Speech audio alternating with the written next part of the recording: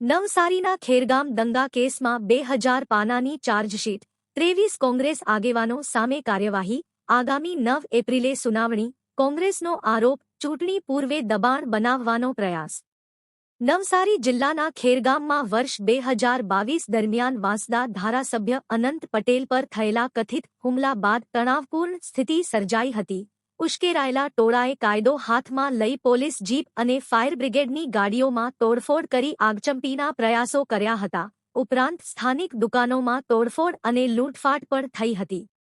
સરકારી ધારાશાસ્ત્રી નરેશ સુખડવાલાએ પત્રકાર પરિષદમાં જણાવ્યું હતું આ સમગ્ર મામલે પોલીસે હત્યાના પ્રયાસ, લૂંટ, ધાડ, રાયોટિંગ અને જાહેર મિલકતને નુકસાન પહોંચાડવા જેવી ગંભીર કલમો હેઠળ ગુનો નોંધ્યો હતો.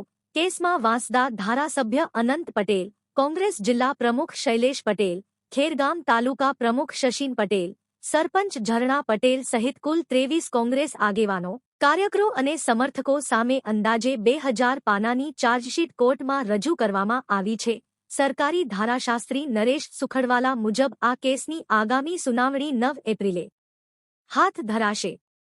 બીજી તરફ નવસારી કોંગ્રેસના જિલ્લા પ્રમુખ શૈલેષ પટેલે આક્ષેપ કર્યો છે કે સ્થાનિક ચૂંટણીને ધ્યાનમાં રાખીને રાજકીય દબાણ બનાવવાનો પ્રયાસ થઈ રહ્યો છે. તેમણે કહ્યું કે તત્કાલીન જિલ્લા પંચાયત પ્રમુખ ભીખુભાઈ આહિર અને તેમના સાગરીતો દ્વારા અનંત પટેલ પર હુમલો થયો હતો, જ્યારે કોંગ્રેસ દ્વારા શાંતિપૂર્ણ વિરોધ કરવામાં આવી રહ્યો હતો અને તોડફોડમાં તેમનો કોઈ જ સંબંધ નથી. તેમણે વધુમાં જણાવ્યું કે વોરંટ અથવા જજમેન્ટ અંગે ફેલાતી અફવાઓ ખોટી છે. અમને ન્યાયપાલિકા પર સંપૂર્ણ વિશ્વાસ છે.